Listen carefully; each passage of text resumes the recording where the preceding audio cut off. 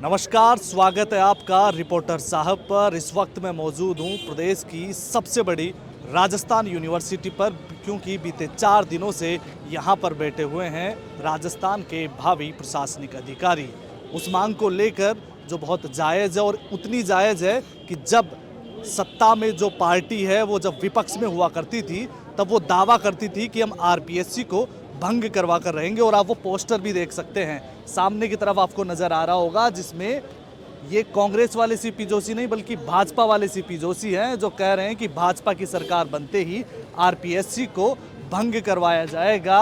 और अब जब उनकी सरकार आ चुकी है, भंग करना तो छोड़िए, एक मामूली सी एक परीक्षा है, उसकी तारीख को आगे भी नहीं बढ़वाया जा रहा है। ऐसे में कई छात्र परेशान हैं, और परेशान इस हद तक है कि अब वो आमरण अनशन पर बैठ चुके हैं। और उन्हीं छात्रों से हम बात कर लेते हैं।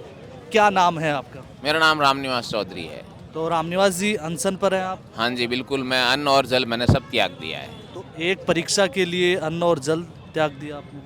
सर यही तो हमारा कैरियर है, हमारा फ्यूचर है, उसके लिए हम लड़ रहे हैं और वही हमें हासिल नहीं हो रहा, तो फिर हमारी लाइफ का क्या मतलब है? जो हम जिसके लिए लड़ रहे हैं, जिसके लिए जी रहे हैं, हर आदमी का फ्यूचर होता है, उसका कैरियर होता है, उसी के लिए हम लड़ रहे हैं, वही हमें हासिल नहीं हो रहा, तो फिर ऐसी ज़िंदगी का मतलब ही क्या है? तो क्या आखिरी अटेम्प्ट है? मेरा ये तीसरा अटेम्प्ट है। तो इसमें तो खूब मिलते हैं ना अटेम्प्ट, कोई वो तो दिक्कत नहीं सर, मैं एक्स मैन हूँ, एक्स इंडियन नेवी हूँ मैं। ओके। तो हमारी भी एज लिमिट होती है, और घर की जिम्मेदारियां भी होती है। हम सारी उम्र क्या इनके लिए ही भागते रहेंगे क्या सर? आप एक तो पहले ही देश के लिए करके आ चुके हैं, और अब जब प्रदेश के लिए कुछ करने का मौका मिलने की बारी आई, तब आपको इस तरह से। हाँ जी बिल्कुल बिल्कुल, मैंने 15 साल डिफेंस में सर्विस की है और 6 साल आई हैव गॉट रिटायर्ड, और ये मेरा तीसरा अटेम्प्ट है। पिछली बार भी मैं यहाँ पे था जब मेरा धरना था, और उस वजह से मेरा पिछली बार का अटेम्प्ट बेकार चला गया। तो इस बार सोचा कि हम अच्छी मेहनत करेंगे, लेकिन पारिवारिक जिम्मेदारियां भी कुछ होती है। अब मैं आज 41 ईयर एज का हूँ, तो मेरी पारिवारिक कुछ भी परेशानियाँ होती है। तो हर बार मैं यहाँ आकर यहाँ अनशन पे बैठना या धरने पे बैठना ये नहीं कर सकता हूँ, लेकिन मेरी मजबूरी है कि जो हमें सफिशिएंट उचित जो समय मिलना था वो हमें नहीं मिला, इसलिए हम मजबूरन यहाँ आके बैठे हैं। ये भी एक बड़ी बात है कि एक आर्मी पर्सन जो देश के लिए काम करके आ चुका, उसको धरने पर बैठना पड़ रहा है। बिल्कुल, हमने हमारी जवानी देश को दी है। जिस समय हम जवानी पे थे उस समय हमने हमारे 15 साल देश को दिए हैं। अब जब देश की ज़रूरत हमें आई है, तब हमारा साथ नहीं दे रहे हैं सरकार। आप भी हैं सर? आप मौन व्रत पर हैं? मौन व्रत। ओके, ये भी एक विरोध का अपना तरीका है। आपका क्या नाम है सर? मेरा नाम पटेल दूरा है, और मैं पिछले 72 घंटे से भूख हड़ताल पे हूँ। अभी अन्न खाया नहीं हूँ, और वैसे भी अन्न खाने की अब नौबत आनी नहीं चाहिए, लेकिन सरकार हठधर्मिता पे आ गई है। तो मेरा अब कंटिन्यूड रहेगा जब तक पोस्टपोन लेटर नहीं आएगा तब तक। ये एक अपने आप में बड़ी बात है कि एक परीक्षा के लिए अन्न जल त्याग देना। अब क्या करें सर, ये होना नहीं चाहिए। इसका सुझाव यही है कि आप साल भर कैलेंडर जारी करो। विद्यार्थी जीवन में विद्यार्थी को पढ़ने के अलावा कोई ऐसा होना नहीं चाहिए। क्यों होना चाहिए? उनको तो आप पूरा प्रॉपर कैलेंडर बता दो, वो कैलेंडर के हिसाब से चल रहा है। इंटरव्यू इस समय, मेन सिस्टम है, प्रीलिम्स इस समय, तो विरोधी नहीं होगा। ये तो आपको आज 1 जनवरी का 1 जनवरी आते ही 2024 का ऐसा कैलेंडर बना के भेजना चाहिए। इसमें कोई रॉकेट साइंस नहीं लगती है, ये सब फालतू बातें। 10 दिन लगता है, 15 दिन, तो तारीख बनाने को ज़्यादा टाइम नहीं लगता। क्या लगता है? 8 भर्ती है, 8 भर्तियों की तारीख देना है, उस समय एग्जाम, स्कूल का एग्जाम कैलेंडर निकालना है बस। संडे, मोस्टली संडे को ही एग्जाम होता है, तो संडे को वैसे ही स्कूल में कहाँ कह रहे हैं कि तारीख चाहिए। 1 महीने में 4 संडे आते हैं। लेकिन हमारा भावार्थ ये है सर, हम वाजिब मांग पे खड़े हैं। 20 अक्टूबर को आपको प्रीलिम्स रिजल्ट दिया है, तो 20 अक्टूबर के बाद में 3 महीना सफिशिएंट नहीं है। आप ये जून में नोटिफिकेशन निकाले तब दे देते, तो हम मानते हैं कि हम आंदोलन करें, तो हमें गलत है। गांव-गांव तक इस बात यही निकल रही है कि ये सरकार जिस मुद्दों पे लड़ी चुनाव, जिस मुद्दों पे गाँव में गई, क्या वो वापस उस मुद्दे पे जाएगी? अब ये बोलेगी आरपीएससी को SIT बैठा के जाँच करवाओगे, नहीं कह पाएंगे ना। तो लोग तो पढ़े लिखे हैं ना, हर बच्चा पढ़ रहा है ना, तो इसका काउंटर क्वेश्चन इनके पास नहीं है। अब ये सिर्फ काउंटर क्वेश्चन नहीं है, लेकिन सरकार के जो लोग हैं उनसे मुलाकात हुई जब आपने ये कोई सवाल किया? नहीं, हमने सरकार नहीं। कल डिबेट में RCD, क्या नाम है, सैन साहब, उन्होंने पूर्व आरपीएससी सैनी साहब ने खुलेआम बोला। मदन दिलावर भी आए थे, शिक्षा मंत्री। हाँ, मैंने बात तथ्यों के साथ अपने अधिकारों के लिए तथ्य के साथ रखी है। उन्होंने बाद में ट्वीट भी किया खुद की तरफ से कि मैं इनके समर्थन में, इनकी मांग वाजिब है। नहीं तो वो ट्वीट पहले नहीं किया, लेकिन यहाँ आने के बाद उन्होंने ट्वीट किया है। तो ये हमारी एक पहली कड़ी में, और 50 विधायकों ने लिख के दिया है सर। ये तो आंदोलन के लास्ट अवसर पे आए भूख हड़ताल है, उससे पहले ये भी एक अपने आप में बड़ी आयरनी सी लगती है कि सरकार के जो विधायक हैं वो लिख कर दे रहे हैं। जब वो लोग विपक्ष में थे तब भी कह रहे थे कि होना चाहिए। फिर आपको क्या लगता है कि जब से ये सरकार में आ गए इनके ये मन के भाव क्यों बदल गए? अब यही तो सोचने वाला विषय है ना कि इनकी यहाँ तो बुद्धि इनका काम नहीं कर रहा है। उनके लिए सद्बुद्धि यज्ञ कभी कर लिया हमने 9 तारीख को, उसका भी असर नहीं हुआ। अब राम लल्ला जी पूजा होती है दिल्ली, अब उनका असर तो होगा, क्योंकि अयोध्या में जाएंगे किस मुंह से बोलेंगे? यहाँ कल उठ के किसी ने स्टेप उठा दिया, किसी ने कुछ घटना, जिम्मेदार कौन है? आपके मीडिया से माध्यम पूरे राजस्थान की जनता का जवाब मांगेगी, क्योंकि फिर आप सर खुद स्टूडेंट को धरने पे नहीं बैठाना सही है। और भी अभ्यर्थी हैं हमारे साथ, आप बात कर पाएंगे? मैं ये जानना चाह रहा हूँ कि आमतौर पर ये वक्त होता है जब आप लाइब्रेरीज में नज़र आते हैं, स्टडी रूम में होते हैं, यहाँ पर बैठने की क्या वजह है? वही वजह है कि हमें थोड़ा टाइम चाहिए। इतने दिन से पढ़ रहे हैं पर अभी पूरा सिलेबस कवर नहीं हो रहा, तो हमें टाइम चाहिए। सरकार से यही गुहार है कि हमारा 3 महीने का हमें टाइम मिले। हुआ आपका कौन सा अटेम्प्ट है? मेरा फर्स्ट अटेम्प्ट है। सरकार के कई सारे नुमाइंदे आए भी होंगे, आज भी सरकार के कई लोग आए हैं, क्या वजह क्या लगती है? क्योंकि अब तक समझ में आ गया होगा कि विधायक कई बार आपके लिए लेटर लिख चुके हैं, मन से कई लोग आपके साथ हैं, लेकिन फिर कौन लोग हैं जो ये होना नहीं देना चाह रहे हैं? ये तो अभी तक पता नहीं था। सीएम जी खुद मौन है, तो हमें कैसे पता चलेगा?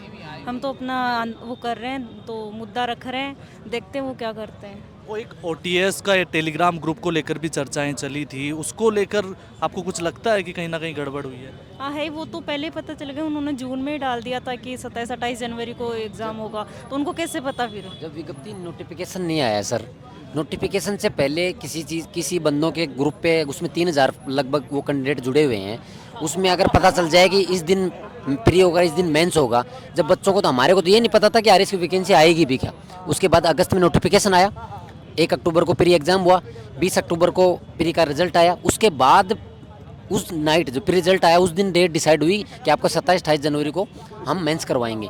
तो मात्र अभी तक के जो 2013 में हुई, 2018 में, 16 में हुई, 18, 21 में, सब में 8 से 10 महीने का टाइम मिला है। तो कि पहले उस ग्रुप में आ जाना अपने आप में बड़ा सवाल खड़ा। ये संदेह का घेरा है। इसमें ये चीज़ है कि इनका कहीं न कहीं ब्यूरोक्रेसी या इंटरनल आरपीएससी के तार वहाँ पे जुड़े हुए हैं उन बंदों से जो बाहर इन्फॉर्मेशन लीक हुई। नहीं, ऐसी कौन सी वो भविष्यवाणी आ गई कि उनको 27-28 जनवरी का मेंस पता चल गया? ऐसी भविष्यवाणी तो हमारे को बता दो, अगर हम तो उनके पास ऐसे बंदों। वो जो ग्रुप था वो पहले से सिलेक्टेड बंदों का था, जो ऑलरेडी सिलेक्ट हो चुके हैं, और वो अपनी रैंक इम्प्रूवमेंट के लिए वहाँ पे वो लोग मतलब अपना एक ओटीएस, मतलब ये जो ऑफिसर हैं, उन्होंने अपना वो ग्रुप बनाया था। अब जो ये वैकेंसी है, इसके अंदर 19,000 स्टूडेंट है वो प्रीलिम्स में सिलेक्ट हुए हैं। 19,000 में से 13,000 स्टूडेंट है जो फर्स्ट टाइम दे रहे हैं। उसमें से 6,500 स्टूडेंट ऐसे हैं जो कर्मचारी है, जो कर्मचारी पहले इस चुनाव के अंदर ड्यूटी दे रहे हैं। उनको 1 महीने 1.5 महीने का समय मिला है। 45 दिन के अंदर 30 सब्जेक्ट आप पढ़ के कैसे लिख सकते हो वहाँ पे? तो आपको लगता है वो जो उस ग्रुप के लोग थे जो आप कह रहे हैं कि सर्विस में है, वो रोक रहे हैं? बिल्कुल। इसलिए ये इसके पीछे रीज़न भी है, हमारा ये सब मानने का इसके पीछे रीज़न भी है कि उन लोगों की आपस में बहुत तकड़ी साठ-गांठ है। ये लोग बोल रहे हैं कि आरपीएससी बनते ही आरपीएससी होगी भंग। ये जोशी जी ने लिखा है आरपीएससी भंग की तो छोड़ो, आप एग्जाम को हम 3 महीने हम भंग करने की डिमांड ही नहीं कर रहे। हम तो बोल रहे 3 महीने और दे दो हमको तो 3 महीने चाहिए, भंग नहीं करने की बात कर रहे हैं हम। और इनका आपस में अब सरकार इतनी वो कैसे वो हो गई कि मतलब कैसे बदल सकते हैं कि ब्यूरोक्रेसी इनको झुकने ही नहीं दे रही है। आपस में इतना इनका साठ-गांठ है। अभी दिक्कत ये हुई है कि अभी जो ये वाला एग्ज़ाम है ना, इस एग्ज़ाम के अंदर कट ऑफ गई है 100+। पिछली बार कट ऑफ जाती थी 80-85, तो कोचिंग वालों ने एडमिशन ले लिए कि बस जिसके 85 से वो आ रहे हैं वो आ जाओ, हमारा मेंस का बैच ज्वाइन कर लो। उन्होंने मेंस का बैच ज्वाइन कर लिया। जिस दिन आरएस प्रीलिम्स का रिजल्ट आया, उनकी कट ऑफ 100+ चली गई। 100+ चली गई तो जिनसे उन्होंने फीस ली है, उनको हजारों स्टूडेंट को करोड़ों रुपए की फीस उनको रिटर्न करनी पड़ गई थी। अब ये क्या चाह रहे हैं कि इन्हीं के ब्यूरोक्रेसी में इनकी इतनी तकड़ी, इनकी कोचिंग वालों की इतनी तकड़ी साठ-गांठ है, इतनी तकड़ी पहचान है कि अब ये जैसे वो रिटायर्ड होंगे, इनके अंदर इंटरव्यू बोर्ड पे आके बैठ जाएंगे, अच्छे खासे पैसे देंगे इनको। ये तो डेली मिलते हैं आपस में। तो अब कोचिंग वालों को इंटरेस्ट नहीं रहा इसमें, ठीक है, उनको इंटरेस्ट है 2024 वाली वैकेंसी के अंदर। 24 वाली वैकेंसी के अंदर अब वो पहले से बोल रहे हैं, अब सेमिनार ले रहे हैं नए नए बैच स्टार्ट करवाने की, भाई इस तारीख को तुम्हारी प्रीलिम्स होने वाली 24 की, इसको मेंस होने वाली, आ जाओ बैच ज्वाइन कर लो। क्योंकि उनको इस वाले बैच में इंटरेस्ट नहीं रहा है। इंटरेस्ट इसीलिए नहीं रहा है कि इसलिए वो बोल रहे हैं कि भाई करवाओ इसको फटाफट, जनवरी निकाल दो, इस पूरे धड़े को निकाल दो, और ताकि नए लोग आएंगे। ठीक है, नए लोग आएंगे, फिर उनमें उनको पैसा कमाई होगा। यहाँ पे तो हम आम परिवार से आए हुए हैं, किसान लोगों से आए हुए हैं, गाँव से आए हुए हैं। मैं खुद जालोर से आया हुआ हूँ, यहाँ पे बैठे हैं, हम पहली बार दे रहे हैं ये एग्जाम। तो हमको एटलीस्ट हम मान लें कि हमको इक्वली मौका दो, हमको फेयर तरीके से मौका दो, हमको उनकी बराबरी करने का मौका दो। हम ये नहीं बोल रहे हैं कि ये नाजायज, इसमें एक भी कुछ भी हमारी ऐसी डिमांड बता दो कि जो सरकार के मानने लायक नहीं है।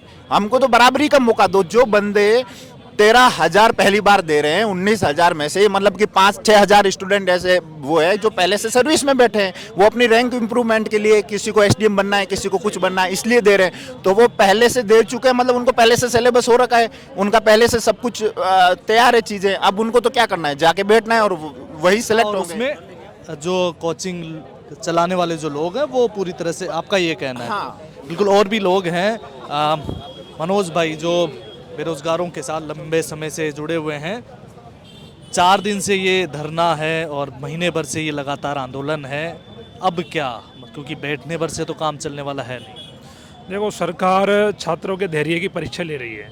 अब सरकार को दिख रहा है कि इस कड़कड़ाती ठंड में 4 दिन से यहाँ बच्चे बैठे हैं, तो सरकार को शर्म आनी चाहिए। बच्चे कोई सरकार से बहुत बड़ी मांग नहीं कर रहे, बस कह रहे हैं कि भाई आरएस मेंस में आप समय दे दीजिए। बहुत छोटी सी मांग है जिसको सरकार को हंसते हुए मान लेना चाहिए, ये नौबत नहीं आनी चाहिए थी। लेकिन दिक्कत क्या है कि जो ये बच्चे बैठे हैं ना, अगर यहाँ किसी नेता मंत्री के विधायकों के बेटे होते तो उनको शर्म आती, तो वो यहाँ इस चीज़ पे संज्ञान भी लेते हैं। लेकिन ये सब किसानों के बेटे हैं ना, उनको फर्क नहीं पड़ रहा। लेकिन मैं सरकार से कह देना चाहता हूँ, अगर उन्होंने बेरोजगारों की इस मांग पे, इन छात्रों की मांग पे अगर ध्यान नहीं दिया तो सरकार को इसका बड़ा नुकसान होगा और सरकार को इसकी कीमत चुकानी पड़ेगी। क्योंकि आने वाले समय में लोकसभा के चुनाव भी आने हैं, सरकार को वोट भी चाहिए, वोट भी युवा ही देगा। ये युवाओं के मुद्दों पे ही सरकार में आए। इन्होंने कहा खुद बीजेपी के अध्यक्ष ने, सीपी जोशी जी ने, कि मैं आरपीएससी को भंग कर दूंगा और मैं आरपीएससी में सुधार कर दूंगा। मैं पूछना चाहता हूँ अध्यक्ष जी से, उन्होंने कौन सा सुधार कर दिया? बीजेपी ने कौन सा उसमें बहुत बड़ा कोई परिवर्तन कर दिया? आप एग्जाम करा रहे हो, कोई सुधार आपने किया नहीं है। और उसके बावजूद जो सरकारी कर्मचारी जो आपके ही चुनावों में लगे हुए थे, उनको 50 दिन का समय वहाँ उनका खप गया, उनको समय मिला ही नहीं। तो उनके साथ सरासर अन्याय हो रहा है। और 3 महीने के समय में मैं कहता हूँ इन नेताओं को, जो ब्यूरोक्रेसी में बैठे हैं, या IAS को, 3 महीने में आप RS निकाल लीजिए। आप उस जमाने में बने हो IAS, आज बन के आप दिखा दो IAS, 3 महीने में नहीं बनोगे। इनको समझना चाहिए कि छात्रों की जायज मांग है, लेकिन कुछ ना कुछ चीज़ें ऐसी चल रही है कि ब्यूरोक्रेसी ने, CM साहब हो, डिप्टी CM हो, सबको मिस गाइड कर दिया कि कुछ नहीं है, ये तो चंद बच्चे हैं जो मांग कर रहे हैं। ये सब चंद बच्चे नहीं है, ये राजस्थान के कोने कोने से आए युवा छात्र हैं जो यहाँ अपनी मांग को लेके बैठे हैं। अगर इनकी मांगों पे सरकार सुनवाई नहीं करती है तो जब तक छात्र यहाँ से जाने वाला नहीं है, ये छात्र गल जाएगा यहाँ से, यहाँ बैठे बैठे, लेकिन हटेगा नहीं साहब। ये जिस यूनिवर्सिटी में ये पूरा प्रदर्शन चल रहा है, वहाँ से अब इन छात्रों को अपना पूरा तामझाम हटाने की भी एक तरीके से गुजारिश की जा रही है, नोटिस दिए जा रहे हैं। और कुछ छात्र नेता यहीं के मौजूद हैं। शुभम, इस यूनिवर्सिटी की अपनी एक पूरा इतिहास, रहा, हिस्ट्री रही है कि आंदोलन होते हैं, लेकिन अब यहाँ से इनको हटाने की बात की जा रही है। देखिए, ये जितने भी छात्र पिछले 3 दिन से यहाँ धरना स्थल पर बैठे हैं, ये कहीं ना कहीं राजस्थान विश्वविद्यालय से जुड़े हुए हैं। कुछ यहाँ के रेगुलर अभी स्टूडेंट्स हैं, कुछ यहाँ से पास आउट हैं, लेकिन उसके बावजूद भी राजस्थान सरकार इनकी बात नहीं सुन रही है। इस कड़कड़ाती ठंड में भी राजस्थान विश्वविद्यालय का प्रशासन भी ये प्रयास कर चुका है कि इनको हटाने। इससे अच्छा अगर ये प्रयास राजस्थान विश्वविद्यालय का परिसर ये प्रयास करता कि इन बच्चों की बात अगर सरकार तक पहुंचाते तो अभी तक इनका हल हो चुका होता, लेकिन बात पहुंचाने की जगह ये लोग इनको यहाँ से हटाने का काम कर रहे हैं। तो आप हटने देंगे फिर? नहीं, बिल्कुल नहीं हटने देंगे। जैसे कि आप देख रहे हो, लगातार 3 दिनों से मैं और मेरी पूरी टीम इन बड़े भाइयों बहनों के साथ मजबूती से डटे हुए हैं, और मैं इनको ये आश्वस्त कर चुका हूँ और आगे भी करता रहूँगा कि मेरी जहाँ ज़रूरत पड़ेगी तो अग्रिम पंक्ति में मैं इनको हमेशा तैयार मिलूँगा यहाँ पे। बिल्कुल, ये तमाम वो छात्र हैं, छात्र नेता हैं जो यहाँ पर जमे हुए हैं और अपनी मांगों को उठा रहे हैं, और न सिर्फ अपनी मांगों को उठा रहे हैं बल्कि सत्ता को उसका चरित्र भी दिखा रहे हैं कि जो पार्टियां विपक्ष में होते हुए जो मुद्दे उठाती थी, बाकायदा कागज़ों के ऊपर लिखकर अपना विरोध दर्ज करवाती थी कि हम आएंगे तो इस तरीके का बदलाव कर देंगे, अब जब वो सत्ता में है तो किस तरीके से उनके स्वर बदल गए हैं, किस तरीके से उनका मन बदल गया है, ये छात्र उस बात को भी यहाँ पर इंगित करते हुए, दिखाते हुए नज़र आ रहे हैं। धन्यवाद, देखते रहिए रिपोर्टर साहब।